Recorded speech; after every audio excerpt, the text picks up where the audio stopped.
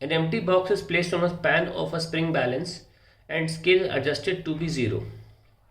यानी कि बॉक्स का वेट हमें नहीं लेना है क्योंकि एडजस्ट कर दिया स्केल को 0 पे.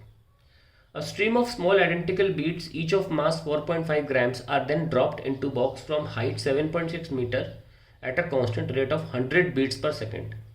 If the collision between each bead and the box is completely inelastic, find the reading of the scale 10 seconds after the bead begins to hit the box.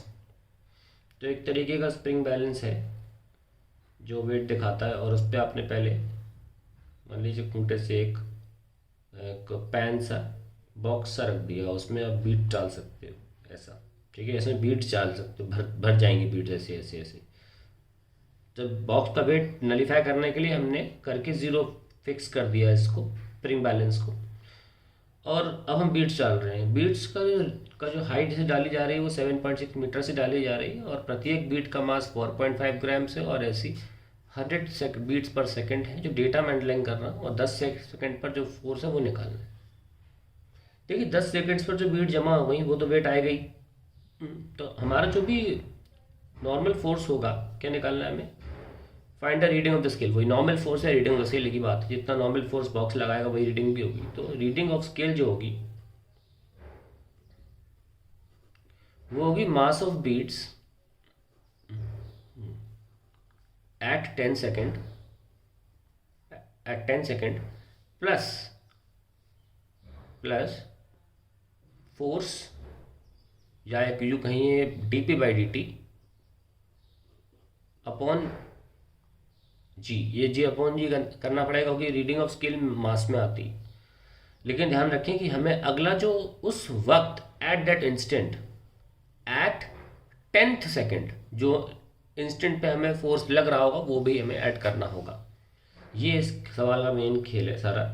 तो टोटल मास की reading जो आएगी, reading of the mass will be 110 second में कितनी beat जमा हो गई होंगी. एक बीट का वजन 4.5 ग्राम है, 1000 से आप डिवाइड कर सकते हैं, और एक सेकंड में 100, तो 10 सेकंड में कितनी हो गई 1000. तो ये तो आपको ऐड करना ही है. इसके अलावा d/dt ऑफ मोमेंटम का चेंज निकालना है हमें. तो मास कितना हो जाएगा, आपकी वेलोसिटी 7.6 से आ रही है स्पीड, और dm/dt. ठीक है, ये हमको सॉल्व करना है. What is the velocity, it is √2gh, और रेट के हिसाब से कैसे लिखना है, दैट इज़ 100 बीट्स पर सेकेंड है. 100 इंटू 4.5 डिवाइड बाय 1000. ये आपको यहाँ पे ऐड करना होगा. क्या बोला मैंने, ये तो वेलोसिटी हो गई √2gh क्योंकि 7.6 मीटर से गिराई जा रही है, और मास का रेट क्या है 100 बीट्स पर सेकेंड. तो 100 इंटू 4.5 डिवाइड बाय 1000.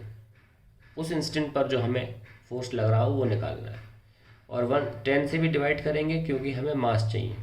तो इस क्वांटिटी को सॉल्व करना है. इस क्वांटिटी को सॉल्व करने के लिए सॉल्व करते चलिए. 2gh that is 2 into 10 into 7.6, so we have 152 which is very close to 12 का 12.2 ले सकते, 12.3 ले सकते हैं.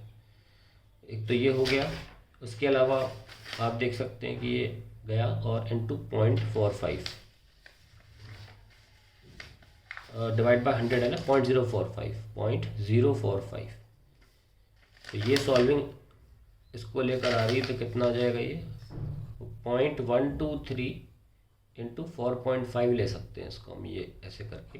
ठीक है, सो 123 इंटू 45 करें, दिस इज 615, 492, 5396 15 और ये 5, तो ये गेटिंग 5535 और कितने जीरो लगाने, 0.4 पे लगाना है तो 0.5535 इन के जी आई एम गेटिंग 0.5535. सो हमारा आंसर क्या है 4.5 प्लस 0.55 वेरी क्लोज टू 5.05 या 5 kg will be the reading. I hope you got the concept of adding this, क्योंकि 10 सेकंड में जितनी जमा गई वो तो लेनी है, लेकिन उस क्षण कितना हमें dp/dt जो कि फोर्स ही होता है वो भी कैलकुलेट करना होगा 10वें सेकंड पर.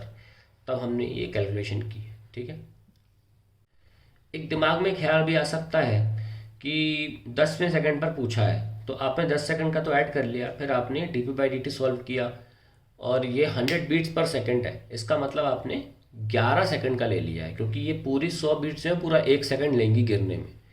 ये दिमाग में ख्याल आ सकता है कि भाई आपने 10 सेकंड की तो निकाल ली, plus at the same time आपने 1 सेकंड का भी ऐड कर दिया, तो पूरी 100 बीट्स गिरने में 1 सेकंड लगेगा।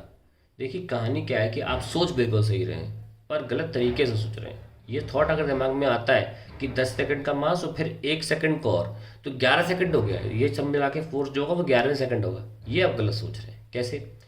ये आप जो प्रोसेस है सोचने की, ये सही कैसे है कि ये चीज़ आप अगर 9 और 10 में सोच लें तो सही है। ऐसे कि 9 सेकंड से ये काउंटिंग शुरू हो गई है एक्चुअली। 9 सेकंड से लेकर 10वें सेकंड तक ये काम चल रहा है। 1 सेकंड में कितना फोर्स लगेगा वो, पर ये उस 9 सेकंड में गिरने वाली बीड्स में ऐड भी तो होगा। तो एक तरह से क्या हो रहा है, 9 सेकंड जो बीट गिर गई, फिर उस 1 सेकंड में बीट्स जो नॉर्मल फोर्स पर लग रहा है D P by D T जो है वो भी, और साथ में जो 1 सेकंड में सारी गिर जाएंगी उनका मास भी तो ऐड होगा। तो हमने इसलिए 10 सेकंड का लिया, और ये जो लिया है 1 सेकंड का, ये 9 से 10वें सेकंड के बीच की काउंटिंग है। ये आपको सोचना चाहिए, ठीक है।